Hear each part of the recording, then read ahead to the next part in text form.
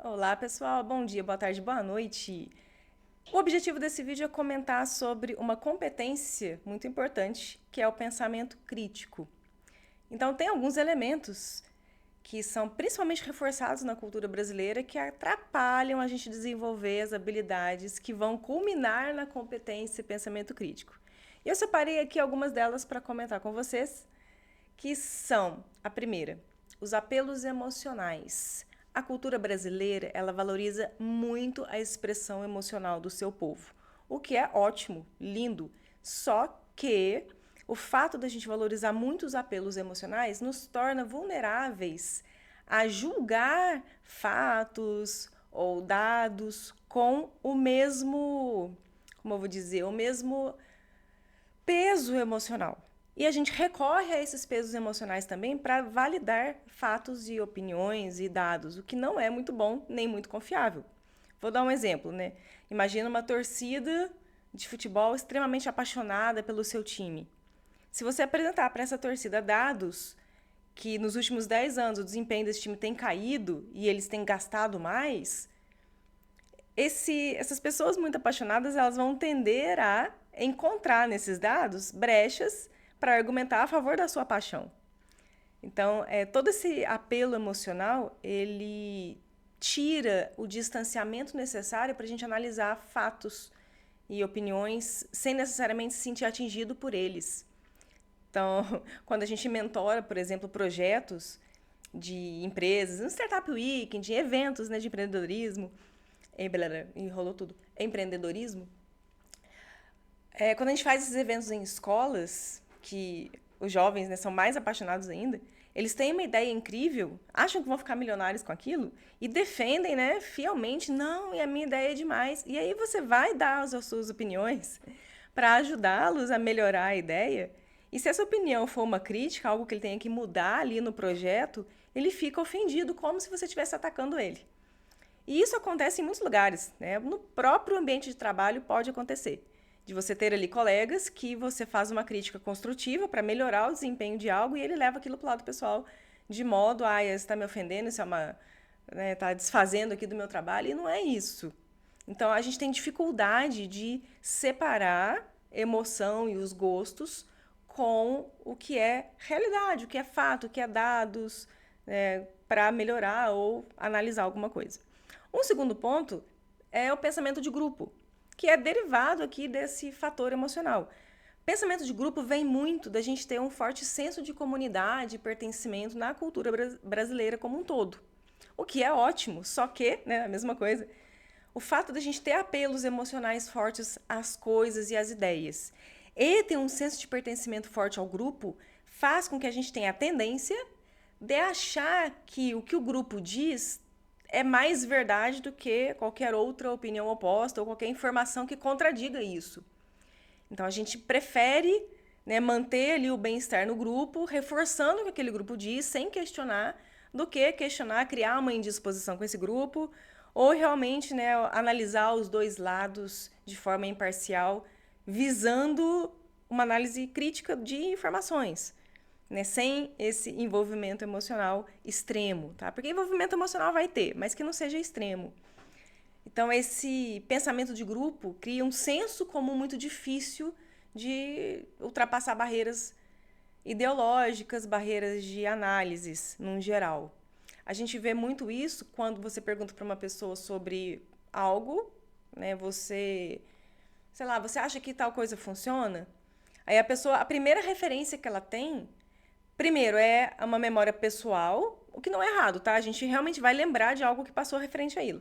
Ah, eu acho que funciona porque quando eu usei esse objeto funcionou. Depois ela vai buscar referência na sua comunidade. Ah, eu conheço fulano que disse que isso aqui funciona muito e que isso aqui outro não funciona. Ou seja, esses são os argumentos primeiros que as pessoas geralmente usam no Brasil quando vão discutir qualquer ideia. E é muito comum isso, tá? E não é errado, tá? Porque é natural. A questão é ficar só nisso. Tá tudo bem que o primo do tio, da irmã, do seu pai, disse que é bom, mas ela é uma experiência, ela é uma opinião não especializada de. Você nem sabe se ela tá te falando a verdade, inclusive. Então não tem como eu usar isso como um argumento ou como uma base, né, como um dado para tomar uma decisão, ou para argumentar contrário a outra pessoa, tá? Isso não é legal. Outro aspecto, a dificuldade que a gente tem de lidar com ambiguidade, tá? Isso a cultura brasileira também reforça muito, que é a tendência de buscar sempre as explicações mais simples e que façam mais sentido imediato na cabeça.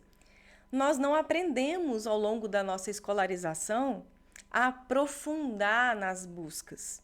Então a gente tenta fazer sentido daquela pergunta muito rápido.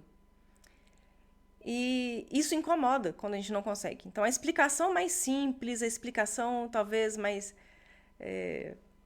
que se relaciona mais com as suas emoções, que relaciona mais com aspectos místicos. Essas explicações, elas acabam chamando mais atenção e angariando mais defensores, porque ela simplifica algo que é complexo. E a gente não lida bem com a complexidade nem com a ambiguidade, porque não estamos acostumados a aprofundar. E aceitar, né, que realmente coisas complexas não vão ter explicações simples. A gente tem uma dificuldade inerente à nossa cultura e à nossa escolarização a isso. Então, quando chegamos numa fase onde, se para eu avançar numa carreira ou num estudo, eu tenho que fazer análises mais profundas, mais críticas, é um processo meio que de luto, porque eu vou ter que desapegar de um monte de emoções, de um monte de hábitos, para conseguir realmente fazer essas análises de um ponto de vista mais técnico e científico. E o último, né, que é a falta de familiaridade com a ciência ou com os métodos usados na ciência para evitar esses vieses. Então, aqui tem duas palavrinhas juntas, né? A familiaridade com a ciência e os vieses cognitivos. Porque tudo isso que eu mencionei antes, das emoções, né, da comunidade, do grupo, de não lidar muito bem com ambiguidade, de ter dificuldade para aprofundar, num primeiro momento, um estudo, tudo isso é alimentado por vieses cognitivos, que são atalhos do cérebro para tomar decisões. É sempre mais gostoso, mais confortável, mais fácil procurar informações que reforçam o que eu já sei e usar isso cada vez mais para dizer que isso é a verdade. Mas isso, na verdade, eu estou só fechando ali a bolha. E quanto mais eu faço isso, mais difícil é aceitar opiniões ou fatos contrários. Por isso que a gente tem tantos extremos no Brasil de pontos de vista. E esses extremos conversam pouco entre si, porque quanto mais extremo, mais difícil é voltar a conversar, a trocar ideias. E para a ciência isso não é legal. E o que a ciência pode, ou o que a gente ter mais familiaridade com a ciência nos ajuda a ter mais pensamento crítico, né? Indo bem direto ao ponto. A ciência já criou métodos de estudo, cada um com seu objetivo, e cada método tenta minimizar o efeito de um viés nosso ao analisar uma informação. Quanto menos vieses humanos, né, quanto menos aquela puxadinha que você dá ali para o seu argumento, aquele que você gosta, quanto menos isso tiver na ciência, mais limpo é esse resultado e mais confiável. Então, eu vou mostrar aqui na tela os tipos de estudos e quanto eles têm de peso em relação à evidência científica por conta do estilo que foi feito a análise. E o quanto que isso ajuda, né, ao nosso pensamento crítico na hora de analisar uma informação. Olha aqui essa figura. Essa é uma pirâmide, ali na base da pirâmide está, né, onde a maioria da população fica a maior parte do tempo. Vídeos do YouTube, né, de pessoas que a gente não conhece muito bem a procedência, experiências pessoais, o que você viveu, as suas intuições, os seus instintos paternais, desculpa. Ou seja, tudo que você aprendeu ao longo da sua vida, opiniões de gurus, né, aqueles que viram famosos, blogs, livros contrafactuais, ou seja, livros que não tenham obrigação de ter uma reserva cognitiva, reserva científica, né, de ter como compromisso, né, de ter um compromisso com a ciência, essa palavrinha que eu estava procurando. Alguém que eu conheço, né, o tio do irmão do filho do não sei quem. Tudo isso não tem nenhuma evidência científica, não tem nenhum valor quando eu quero analisar criticamente essa informação. Ah, mas então não vale nada? Vale, gente. Blog é legal, você dissemina mais coisas de um modo mais fácil. Só que ali também dissemina muito fácil tudo que é mentira, né? Tudo que tem interesses por trás, muitas vezes. Daí surgem as fake news, daí surgem as manipulações de massa, né, o pensamento de manada, os mitos que perseveram por anos e são mentiras e tudo mais. Dali para cima, da barrinha vermelha para cima, ó, relatos de casos, artigos de opinião, cartas ao editor. São o primeiro nível de alguma referência, algum embasamento. Relato de caso, por exemplo, na medicina, relato de um caso de uma pessoa com Covid-19 e teve danos na memória. Ou seja, uma pessoa teve Covid e teve danos de memória. O relato descreve um caso, uma pessoa. Então, sim, ele tem lá o seu comprometimento científico do ponto de vista do rigor, né, de descrever aquilo do jeito que foi realmente, mas não tem valor quando eu quero falar de população. Não tem como eu fazer uma previsão de política pública com base em relato de caso. Porque casos são tão variados quanto a genética humana. Então, né, ele tem uma fraca evidência científica. Artigos de opinião servem mais para debates, servem para troca de ideias, servem para um assunto que é novo, que você vai começar agora a estudar. Cartas ao editor, né, uma mensagem que coloca a opinião de um profissional. Mas sempre a opinião de uma pessoa é pouco, tá? Quando a gente se trata de evidências e análise crítica de algo, principalmente para tomar uma decisão. Para cima ali, estudos em animais in vitro. Qualquer estudo que envolva organismos inteiros ou pedaços de organismos, células em plaquinhas de Petri, qualquer estudo laboratorial, e não precisa ser necessariamente em animais ou biológicos, tá?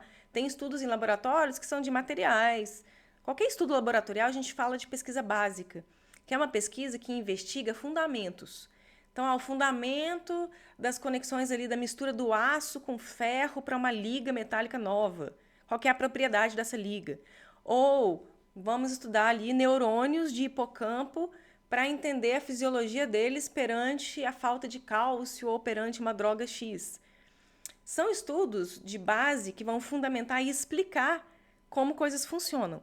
Então, eles são o primeiro nível ali de uma importância alta em ciência. Então, ele tem uma evidência, sim, melhor, mas limitada ao tipo de experimento que foi feito. E isso, gente, cara, isso aqui, nossa senhora, isso dá muita margem para todos aqueles vieses das emoções, do pensamento de grupo, né, da dificuldade de lidar com coisas complexas.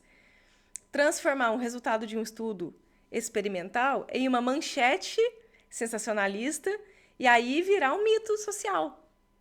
Então, a coisa escala muito rápido quando a população não tem pensamento crítico ou tem baixo pensamento crítico. Imagina aqui o caso, né? Foi um caso real. Uma pesquisa avaliou aminoácidos, o efeito desses aminoácidos em certas células neuronais, né? Um tipo lá de neurônio, por exemplo. Então, um dos aminoácidos é o triptofano. O triptofano é um aminoácido ali e viu que ele tem um efeito positivo em tal mecanismo dentro das células que estavam na plaquinha de Petri, né? Células neuronais X. E aí a pesquisadora vai e publica isso. Aí o jornalista vai ver aquilo e fala, nossa, triptofano tem no chocolate. Aí ele bota uma manchete. Estudo descobre que chocolate é bom para a memória. E deu-se a tragédia. E aí começa, né? Nossa, você viu que comer chocolate é bom para a memória? Aí vai a tia, né, salgadeira do bairro, que, né, em toda a sua simplicidade, escuta isso na mídia e começa a comer quilos de chocolate, engorda, aumenta o colesterol e fala, nossa, mas chocolate faz bem, eu não vou cortar o chocolate, né? Olha o dano que isso pode causar em escala social.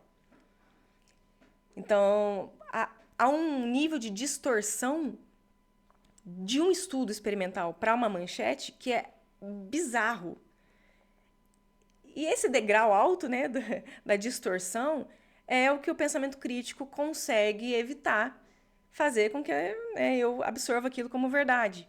Então, se eu tenho uma capacidade de pensamento crítico, eu olho para uma manchete e falo assim, peraí, né? Quem disse isso? Aí vem as perguntas. Quem disse isso? Onde? Quando? De que jeito? Porque quando eu olho um estudo, às vezes as pessoas mandam para mim assim, Lívia, esse estudo aqui é verdade? Né? Geralmente vindo de uma manchete de jornal. Ela fala, ó, esse estudo é verdade, mas não é o que a manchete disse. Né? No estudo, tá aqui, ó, as limitações. Todo estudo científico experimental tá lá no finalzinho as limitações dele. Então não tem como eu falar assim que o efeito que eu tive numa célula, numa plaquinha de Petri, é o mesmo efeito dessa célula no meio do organismo. Porque são ambientes completamente diferentes. Dentro do organismo tem um monte de hormônios, de sinalizações químicas, de coisas acontecendo. Então não é a mesma coisa. Não tem como eu ter um resultado em laboratório, em placa, e achar que aquilo vai ter. Um monte de vezes aconteceu de uma substância ter um efeito em laboratório. E aí, ó, olha a escadinha, né? Ah, um estudo em animal descobriu que uma toxina de aranha X tem um efeito para evitar uma crise convulsiva em experimento controlado, em experimento lá em células. E aí descobre-se que há um potencial. E aí vai para um outro tipo de estudo, que aí é um estudo de coorte, um estudo de caso, um estudo transversal, para ver se, um estudo clínico, para ver se aquela substância mantém esse efeito dentro do organismo. E que, pasmem, tá? A maioria das vezes não tem. E aí essa substância já é, né, tirada ali, a gente volta para a base e vai estudar de novo outros potenciais substâncias. Então é assim que a pesquisa farmacológica começa, por exemplo. Então, de 30 substâncias com efeito potencial, uma vai ter um efeito clínico que aí vai continuar sendo estudada. Tá? Então, entender essas fases ajuda a gente quando pesquisa um estudo ou lê sobre um estudo. Saiu do estudo básico dos experimentos, vai para os estudos transversais, caso, controle e coorte ou cohort, tá? Tanto faz. Esses 3 níveis de estudos, eles são estudos observacionais, tá? Não são estudos que criam intervenções, tá? São estudos que observam. O estudo transversal é um estudo que faz um recorte do tempo. Então, ó, um grupo de pessoas em 1990 que estava tomando um remédio X, hoje teve esses efeitos aqui colaterais, 10 anos depois. Então, ele é um recorte, ele é um retrato de um período, tá? Ele não acompanha ao longo do tempo. O estudo de coorte e o estudo de caso-controle, eles sim acompanham ao longo do tempo. O coorte, ele observa uma população e compara populações diferentes, sem fazer intervenção. O caso-controle observa um grupo controle e um grupo caso. Então, por exemplo, um grupo que não toma dipirona e um grupo que toma dipirona. E aí, ao longo do tempo, vai comparando os efeitos. São estudos com uma evidência muito melhor, principalmente se tratar de medicamentos ou outros efeitos, doenças, no geral, a gente estuda muito esses artigos científicos, mas eles ainda têm muitas limitações, tá? Limitações de período, de tempo, de número, tá? É muito diferente, extremamente diferente, um estudo com 30 pessoas com Alzheimer e um estudo com 2.000 pessoas com Alzheimer. É muito diferente um estudo com 2.000 pessoas europeias e um estudo com 2.000 pessoas latinas, tá? Tem muita diferença. Não tem como eu transportar os resultados de um estudo feito com uma população 100% europeia totalmente para o Brasil, que tem uma genética diferente, tá? Recentemente sabemos que nós temos um monte de fatores genéticos que estão ausentes em bancos de dados internacionais, que só existem aqui, tá? Então é diferente. Aí, subindo para o topo, nós temos estudos randomizados e controlados e as meta-análises e revisões sistemáticas. Essas são ouro, essas são o top da linha das evidências científicas. Por quê? Estudos randomizados e controlados, eles fecham um ambiente controlado, eles controlam o máximo de variáveis possíveis para analisar realmente o efeito de cada coisa, de cada etapa. Então, eu quero analisar o efeito de um método X numa população Y. Então, eu separo a população, randomizo, ou seja, eu vou misturar ali ela para parecer realmente uma população real. Ou vou selecionar um grupo específico, só idosos, só adultos, só crianças de tal idade. E aí vou controlar aquilo ao longo do tempo e ter um resultado muito mais confiável. E acima disso, só as meta-análises e revisões. Por quê? Meta-análise é o tipo mais detalhista e crítico de evidência científica, porque ela vai olhar 50 estudos dos outros tipos e vai falar, olha, 50 estudos de caso controle tiveram esse resultado. Ou seja, se o mesmo resultado se repetiu em tantos estudos de caso diferentes, quer dizer que aquilo é muito real. Ou uma revisão sistemática que avalia os últimos 20 anos de publicação sobre um tema. E aí ele resume ali o que é o conhecimento de 20 anos sobre tal tema. Então são os estudos muito ricos e aqueles mais fiéis, que estão mais próximos da realidade, provavelmente. Então é muito mais fácil eu citar. Se eu quiser ter força numa fala minha, né, e eu profissionalmente faço muito isso, ó, eu quero defender, né, que exercício físico protege para um envelhecimento saudável. Eu tenho quantas meta-análises que analisam isso? Como que foi o resultado delas? Então eu falo, olha, uma meta-análise recente, ou seja, que avaliou muitos estudos anteriores, diz isso. Então isso é o ponto máximo que a gente tem de evidência científica. Diferente de eu falar assim, tem um relato de caso que falou isso. Tá, mas isso não tem força para argumentação em termos de população. Então entendem que mesmo a ciência tem seus níveis e suas limitações. Por isso que não dá para falar assim, nossa, mas o jornalista falou que é um estudo científico. Só por isso ele é dono da razão. Não, não é. Que estudo? Aí tem outra coisa, que estudo em qual revista? E de que grupo? Porque assim como tem corrupção e falsidade ali em outros grupos, tem também na ciência. Tem revistas mais confiáveis e menos confiáveis. Tem uma classificação de revistas. Esse estudo foi revisado por pares, ou seja, outros pesquisadores repetiram, analisaram para ver se aquilo é verdade, se aquela estatística é real. Estatísticas, né? O quanto de estatística tem nesse estudo? O relato de caso tem nada, mas uma meta-análise tem uma estatística forte. Então, quando eu falo assim, 90% das vezes que esse medicamento é usado, ele funciona. Se esse medicamento é usado há 20 anos, isso é uma evidência muito forte. Agora, se ele é usado há 1 ano, isso é uma evidência mais fraca, eu vou ter que observar mais tempo. Né? Então, saber olhar para a estatística com um senso crítico, de entender que tem potencial, mas também tem limitação, é um fator de pensamento crítico forte.